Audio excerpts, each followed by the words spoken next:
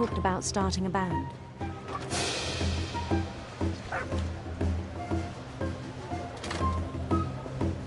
And he was always humming something. Every day his imagination grew stronger.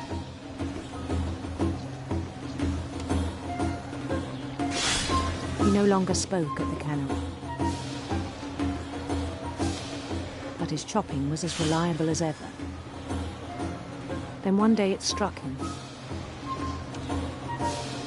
that all the cheering crowds, even the stones under his feet, were all in his imagination. So he could do whatever he wished.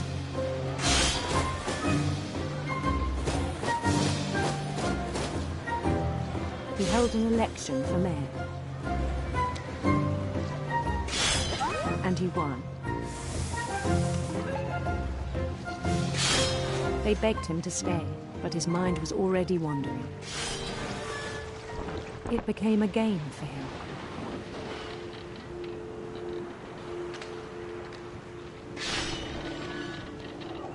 He'd conquer a city, then immediately push on. New Louisville.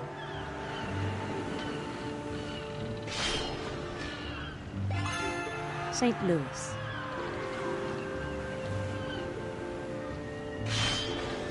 He started drifting away from our reality.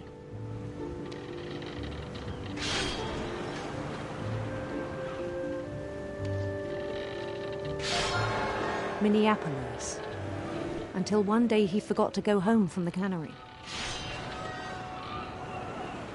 Even as his mother pleaded with him, part of Louis kept sailing on.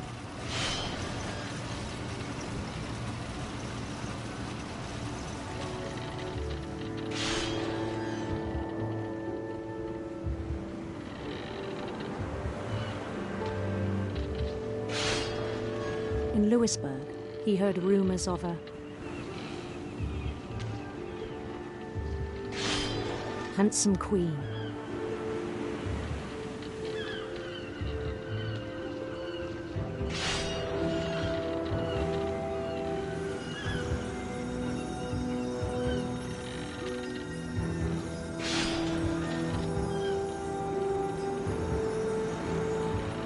The queen was on her own quest for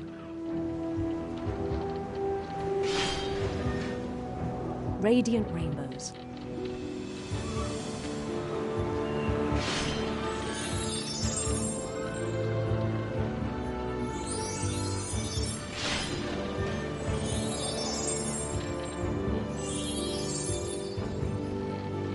He followed the sound of her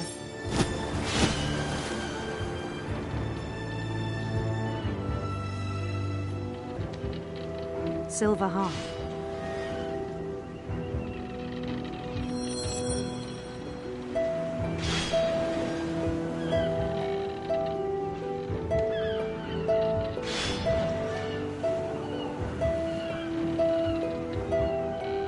His chase led him to a golden palace east of the sun and west of the moon.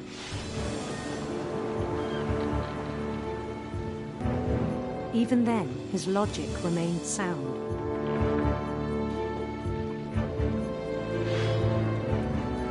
He knew the world was all in his imagination.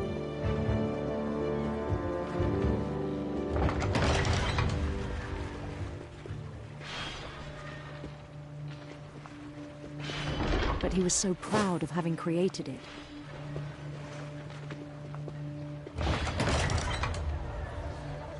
In his own eyes, he'd become something greater than a king.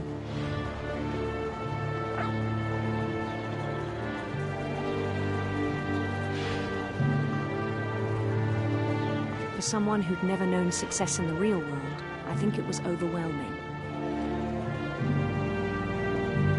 And then it struck him that the real Louis was not the one chopping salmon, but the one climbing the steps of a golden palace.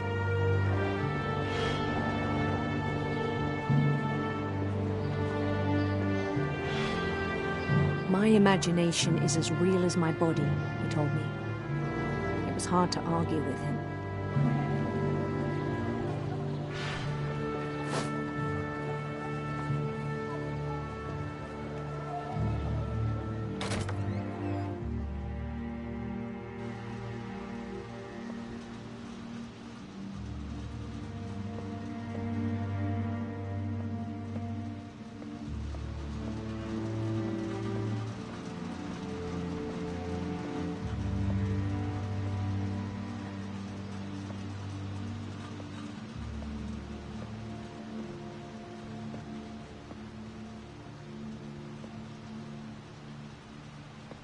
began to forget the world we know.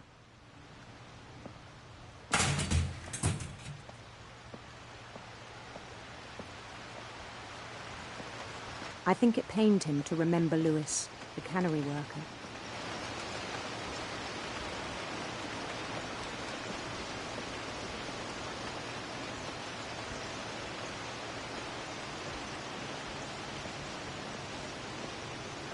He began to despise the man with a royal contempt.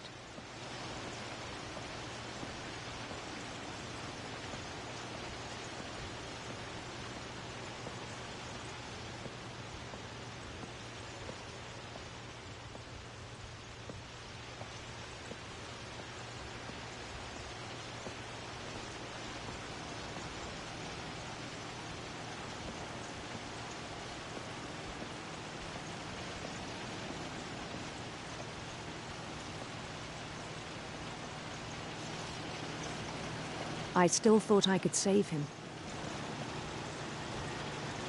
Even after he said he was being crowned king over all the lands of wonder.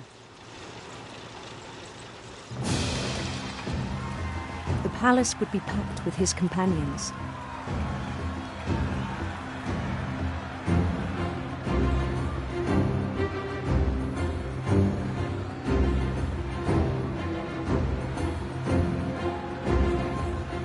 Including the wise Calico who had insisted on advising him.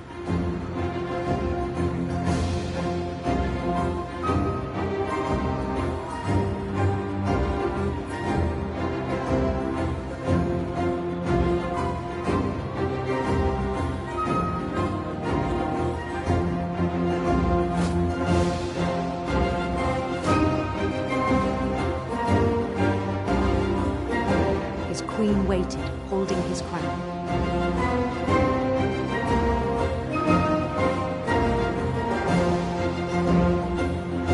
There was only one thing left to do.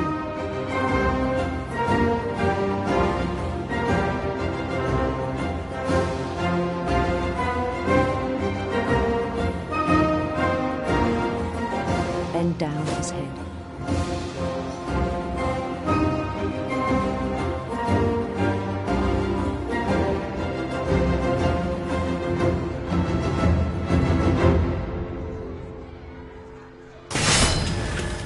I think you know. Mrs. Finch, your son was a kind man who will be missed by all of us who knew him.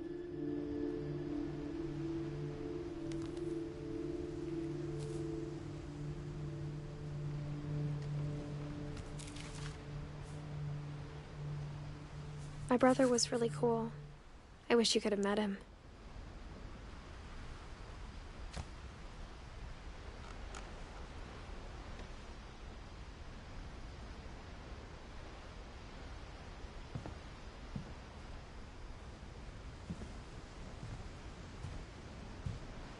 He was so proud of being Indian.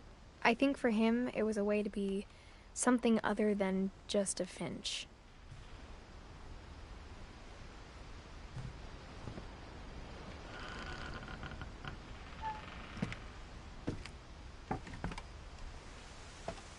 On the way back from Lewis's funeral, my mom told me to start packing. She waited until the day before we left to tell Edie. I'm not sure if she wanted to make it easier or harder. I wish we'd stayed. But I understand why we left.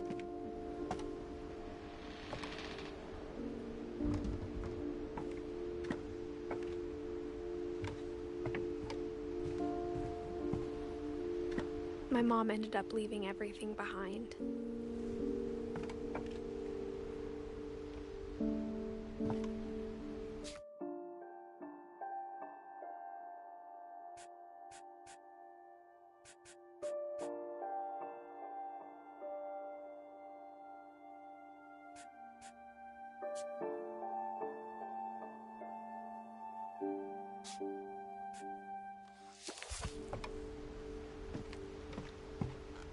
What happened that night had been coming for a long time. Maybe it should have come sooner.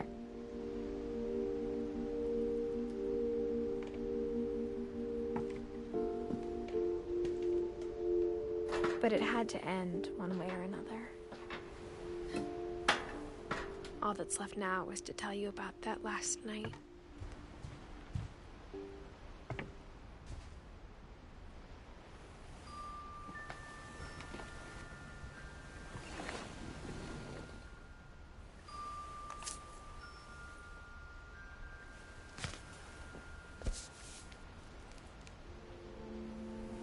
That whole last day, Edie just watched us pack and didn't say a word.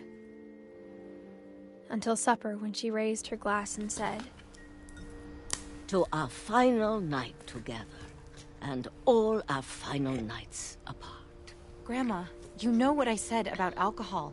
Some of your medications are very Edith, specific. I left a present for you in the hallway. Why don't you go open it? The grown-ups have to argue now. I'm sorry, you're right. We're all leaving tomorrow. Let's just enjoy our last... I'm not leaving. Edith, you're excused.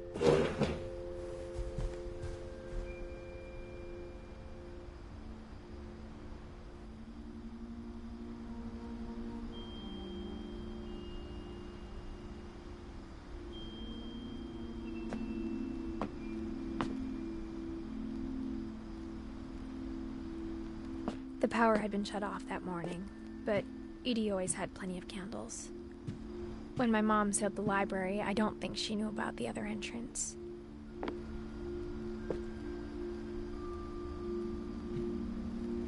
Or that Edie had a key to it.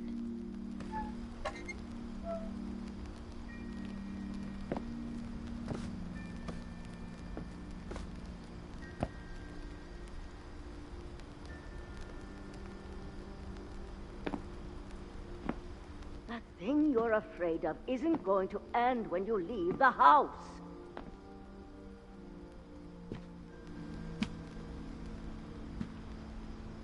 Edith has a right to know these stories. My children are dead because of your stories. I think it's best if Edith and I leave tonight.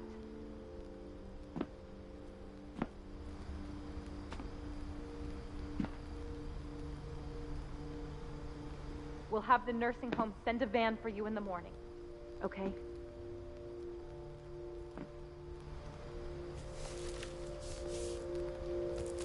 Dear Edith, there's so many stories I wish I could tell you, but there's only time for one.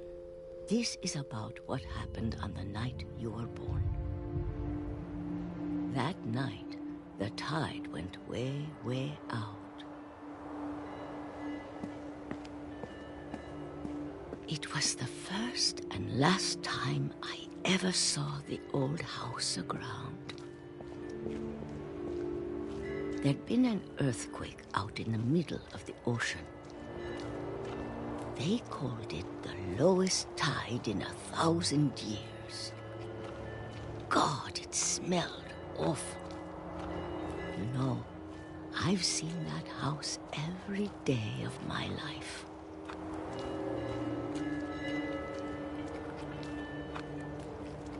But I never thought I'd go back to it. When the fog rolled in, I lost my way.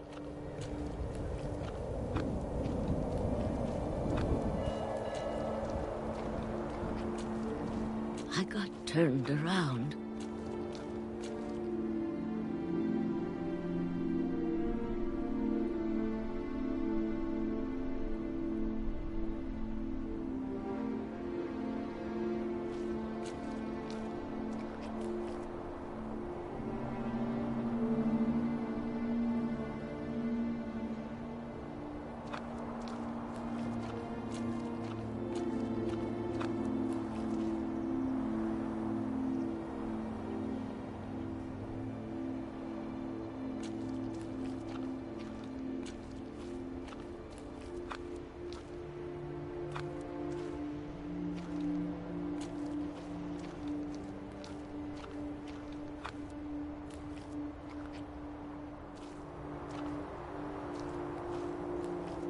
I started seeing things.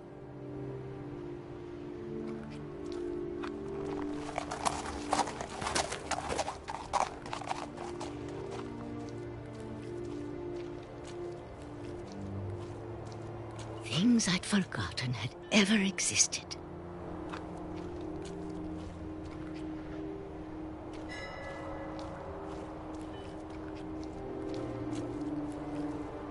But when I saw them, they felt like old friends. That night, a lot of things came back to me.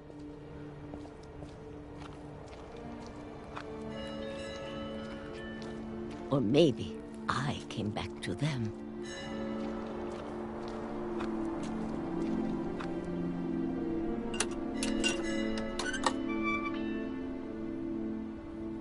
Things I can't explain, but that I need you to try and... Edith, what are you doing in here? It's mine. Edith! Mom, you're gonna rip it! Let go!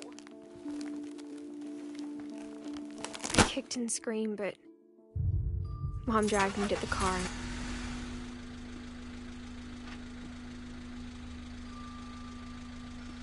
I never saw Great-Grandma Edie again. The next morning, the van came to pick her up, but she was already gone. After that, we moved around a lot.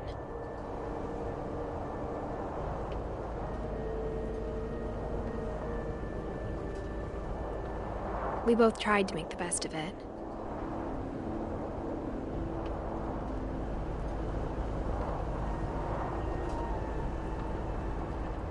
A few years went by.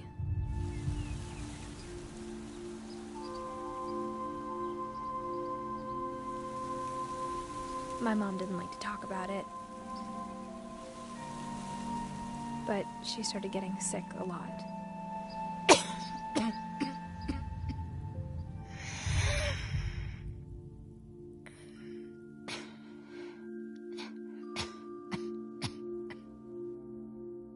She got better for a while, and then she didn't. And then I was alone. The last Finch left alive.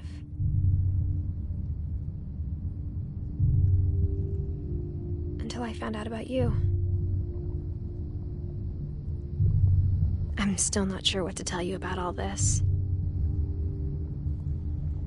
If we lived forever, maybe we'd have time to understand things. But as it is, I think the best we can do is try to open our eyes. And appreciate how strange and brief all of this is.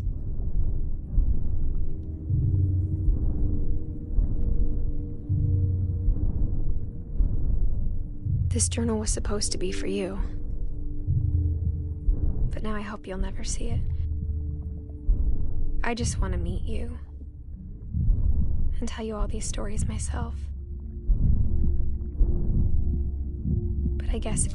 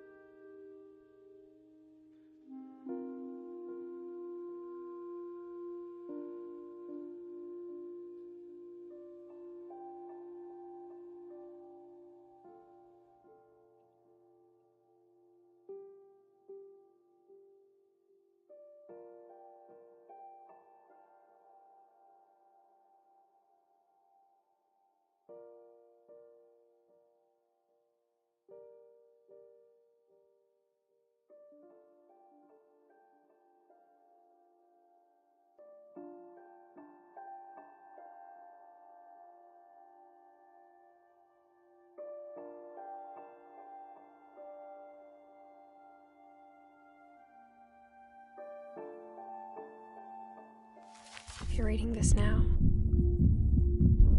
Things didn't work out that way.